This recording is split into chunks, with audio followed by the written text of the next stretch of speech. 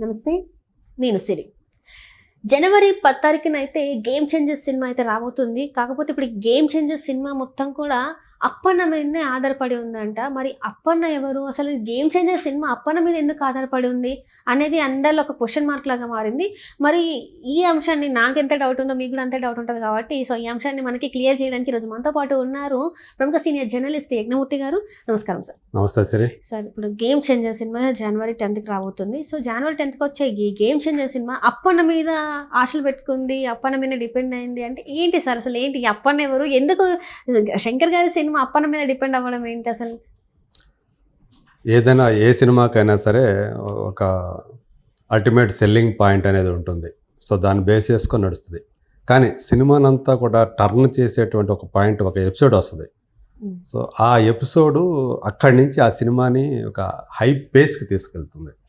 రీసెంట్గా మనం రిలీజ్ అయినటువంటి అంటే లేటెస్ట్ బ్లాక్ బస్టర్ అయినటువంటి పుష్ప 2 విషయానికే వద్దాం.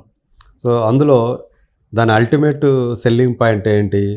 అన్న కూతురు ఎవరైతే ఉన్నారో ఆమెని కిడ్నాప్ చేస్తారు. ఆ అన్న కూతురు సెంటిమెంట్ అదే అనేది కొంతమంది దాన్ని యూఎస్పీగా భావిస్తూ ఉంటే అల్టిమేట్ సెల్లింగ్ పాయింట్. ఇంకొంతమంది భార్యాభర్తల మధ్య ఉన్నటువంటి సినిమాలో ఆ చూపించినటువంటి ఆ విధానం, శ్రీవల్లి డ్రైవ్ చేసిన విధానం ఏదైతే ఉందో, అంటే అందరికీ అతను రోలర్ అయితే పుష్పనే రూల్ చేసేటువంటి శ్రీవల్లి. సో ఆ పాత్ర వల్లే ఆ సినిమాని మొత్తాన్ని కూడా టర్న్ చేసేటువంటి పాత్ర శ్రీవల్లి అని చెప్పేది వాళ్ళు కొంతమంది అలా అభిప్రాయపడుతుంటారు. అంటే అట్లా స్ప్లిట్ అయినప్పటికీ కూడా 2 యూఎస్పీలు ఈ సినిమాలో కనిపిస్తున్నాయి. ఒకటి శ్రీవల్లి క్యారెక్టర్ ఏదైతే నాకు ఫోటో కావాలి ముఖ్యమంత్రితో అనేది అని చెప్పిన కాణించేది అసలు మొత్తం కథ అంతా నడిచేది అదొకటి అయితే, ఇంకొకటి ఆ పాప జాతర సీన్లో ఆ అమ్మాయికి జరిగినటువంటి అవమానం ఏదైతే ఉందో, సో అది అక్కడి నుంచి నిజానికి కూడా సినిమా మొత్తానికి కూడా అంతకుముందు ఒక లెవెల్లో పోయే సినిమాని ఆ స్క్రీన్ ప్లే అది చూసుకుంటే ఎక్కడైతే ఆ జాతర సీను, ఆ పాప ఒక దొండగల గ్యాంగ్ నుంచి ఆమెను కాపాడటానికి అతను వచ్చినప్పుడే, దానికి ముందు అతను చేసేటువంటి డ్యాన్స్ ఏదైతే ఉందో పుష్పరాజు జాతర డ్యాన్స్, అక్కడి నుంచి అసలు వేరే పేస్లోకి వెళ్ళిపోతుంది.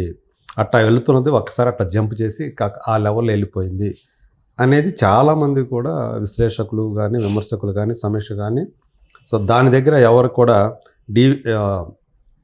అక్కడ ఎవరు స్ప్లిట్ కావట్లా. నిజంగా జాతర సీన్ నుంచే ఈ సినిమా ఇంకో లెవెల్కి వెళ్ళిందని అందరూ కూడా అంగీకరిస్తున్నారు. అలా ఆ సినిమాకి జాతర సీనే ఒక హై పేస్ని ఇచ్చింది అనేది అందరూ ఒప్పుకుంటున్నారు. కాబట్టి అలాంటి ఎపిసోడ్ గేమ్ చేంజర్లో ఏముంటుంది అని ఇప్పుడు అందరూ కూడా ఆరాలు తీయటం మొదలుపెట్టారు. పుష్పల జాతరకి ఎలా అయితే ఉందో హై పాయింట్, దీంట్లో ఏంటి హై పాయింట్ అనేది ఆరాలు తీస్తూ ఉన్నప్పుడు ఇప్పుడు బయటకు వచ్చినటువంటి సమాచారం ఏంటంటే అప్పన్న ఎపిసోడ్ అంటున్నారు. సో అప్పన్న అంటే ఇందులో మనకు తెలుసు గేమ్ చేంజర్లో డ్యూయల్ రోల్ చేశాడు. అందులో ఒక రోల్ వచ్చేసి కొడుకు, అది ఐఏఎస్ ఆఫీసర్, కలెక్టర్ రోల్. అతని తండ్రి ఒక రైతు, ఆ క్యారెక్టర్ను కూడా ఆయన రామ్ చరణ్ చేశాడు. ఆ క్యారెక్టర్ పేరు అప్పన్న. అంటే రైతు అప్పన్నగా కనిపించేటువంటి ఆ సీన్లు ఏవైతే ఉన్నాయో రామ్ చరణ్, అవి సినిమాకి హైలైట్ అవుతాయి అని చెప్పేసి చెప్తున్నారు. అంటే ఆ ఫ్లాష్ బ్యాక్ ఎపిసోడ్ ఎప్పుడైతే వస్తుందో అక్కడి నుంచి సినిమా ఇంకో లెవెల్కి వెళ్తుంది అని చెప్పేసి మనకి ఆ యూనిట్ సభ్యుల నుంచి అందుతున్నటువంటి సమాచారం. సో నిజంగా అది యూఎస్పీ అవుతుందా, సినిమాకి ఒక టర్నింగ్ పాయింట్ అవుతుందా లేదా అనేది సినిమా రిలీజ్ అయితే కానీ మనకు తెలియదు. బట్ బిఫోర్ జనవరి 10వ తేదీ రిలీజ్ కాబోతున్నటువంటి ఈ గేమ్ చేంజర్ సంబంధించి ఇప్పటి వరకు కూడా సో పుష్ప 2కి ఏదైతే వచ్చిందో అలాంటి ఒక మ్యానియా కానీ అదేమి కనిపించట్లేదు మనకు ప్రస్తుతానికి. అందువల్ల ఇప్పుడు ఫ్యాన్స్ అందరూ కూడా, ఫ్యాన్స్కి సంబంధించి ఈ సమాచారం వాళ్ళకి అందింది. అప్పన్న అనే ఎపిసోడ్ ఏదైతే ఉందో ఫ్లాష్ బ్యాక్ ఎపిసోడ్, అక్కడి నుంచి సినిమా సూపర్ స్పీడ్ అందుకుంటుంది అని చెప్పేసి ఆ డైరెక్టర్ శంకర్ కూడా ఆ ఫ్లాష్ బ్యాక్ ఎపిసోడ్స్ని చాలా గ్రిప్పింగ్గా, చాలా ఇంట్రెస్టింగ్గా చిత్రీకరించాడని చెప్పేసి మనకు అందుతున్నటువంటి సమాచారం. సో అది ఎప్పుడైతే ఆ ఫ్లాష్ బ్యాక్ ఎపిసోడ్ వస్తుందో అక్కడి నుంచి ఆ ఎపిసోడే సినిమా మొత్తాన్ని డ్రైవ్ చేసింది. సో ఈ కలెక్టర్ క్యారెక్టర్ ఎలా తండ్రి ఆశయాన్ని సాధించాడు, ఎలా ఆ పేరు నిలబెట్టాడు అనేది చాలా ప్రేక్షకులను ఆకట్టుకునే అంశం అని చెప్పేసి కూడా జనాలు చెప్తూ ఉన్నారు. ఇప్పటికే మ్యూజిక్ అయితే సక్సెస్ అయిందనే చెప్పాలి. అన్ని పాటలు కూడా వచ్చినటువంటి ఇప్పటిదాకా రిలీజ్ చేసినటువంటి 3 పాటలు, ఆ 3 పాటలు కూడా పాపులర్ అయ్యాయి.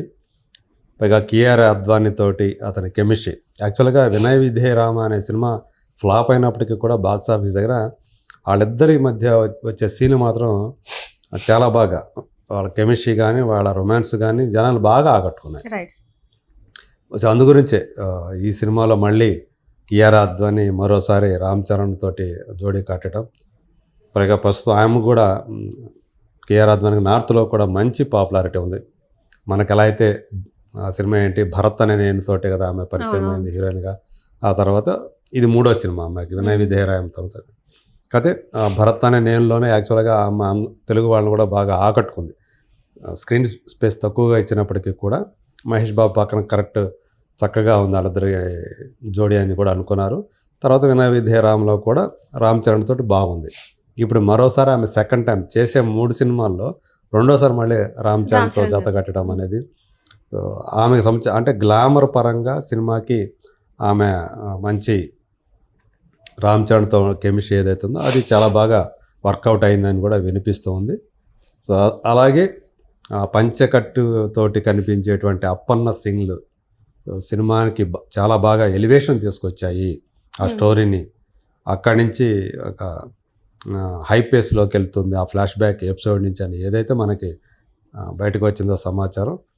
అది ఇప్పుడు ప్రస్తుతం అయితే దాన్ని బాగా ప్రచారానికి ఉపయోగపెట్టుకోవాలని చెప్పేసి ఆ సోషల్ మీడియా వింగ్స్ అన్నీ కూడా గేమ్ చేంజర్కి సంబంధించి దాన్ని ఎవరైతే ప్రమోట్ చేస్తూ ఉన్నారో రామ్ చరణ్ ఫ్యాన్స్ కానివ్వండి, అలాగే మెగా ఫ్యాన్స్ కానివ్వండి, వీళ్ళందరూ కూడా ఇప్పుడు దాన్ని హైలైట్ చేస్తూ దాన్ని ప్రచారం చేస్తూ ఉన్నారు. సో ఈ ప్రమోషన్ ఏదైతే ఉందో, సో గేమ్ చేంజర్ ఆశలన్నీ కూడా అప్పన్న ఎపిసోడ్ మీద ఉంది, ఆయన మీదే ఉన్నాయి అని చెప్పేసి ఏదైతే వినిపిస్తుందో అది కనుక నిజమైతే కనుక నిజంగానే గేమ్ చేంజర్ ఇప్పుడు దాకా లేనటువంటి ఆ బజ్ కానీ అది కానీ ఆ సినిమా రిలీజ్కి ముందు అది క్రియేట్ అయితే కనుక ఇది ఇంకా ప్లస్ అయ్యే అవకాశాలు ఉన్నాయి.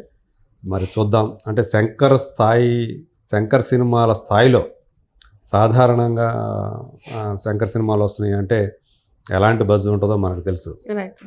ఈ సినిమాకి మరి ఎందుకు రామ్ చరణ్ కూడా ఉన్నప్పటికీ కూడా ఇద్దరు ఇక్కడ చూస్తే ఈయన మెగా గ్లోబల్ స్టార్ అంటున్నారు, అటు చూస్తేనేమో one of the top directors in India Shankar, వీళ్ళ కాంబినేషన్. ఇంకో పక్క చూస్తే దిల్ రాజు లాంటి ప్రొడ్యూసరు. ఇంత మంచి కాంబినేషన్ ఉన్నా కూడా ఎందుకు ఎక్స్పెక్ట్ చేసినటువంటి బజ్ రాలేదు అని కొంతమంది అసంతృప్తితో ఉన్నారు. రాబోయే రోజులు ఇంకా అంటే 20 రోజులు ఉంది ఇంకా రిలీజ్కి. సో ఈ 20 రోజుల లోపల నెమ్మదిగా బజ్ క్రియేట్ అయ్యి పెరిగి, సో అంటే ఈ బజ్ క్రియేట్ అయితేనే కానీ ఓపెనింగ్స్ అనేవి రావు. సో ఇలాంటి సినిమాలకి, హై బడ్జెట్ సినిమాలకి ఓపెనింగ్స్ చాలా చాలా కీలకం. 40 to 50% అమౌంట్ ఈ ఓపెనింగ్లోనే రావాలి, ఓపెనింగ్ డే రావాలని చెప్పి చాలామంది భావిస్తూ ఉంటారు. సో అది రావాలంటే ఆ బజ్ క్రియేట్ అవ్వాలి. సో అప్పన్న ఎపిసోడ్ హైలైట్ అని ఏదైతే బయటకు వస్తుందో అది ఏమన్నా బజ్ క్రియేట్ చేస్తుందో రాబోయే రోజుల్లో చూడాలి. సో మొత్తానికి ఆ ఎపిసోడే మరి ఈ సినిమాకి అండగా నిలుస్తుందా లేదా మనకి జాన్ 10th రోజు తెలుస్తుంది. Right sir, right. Thank you so much.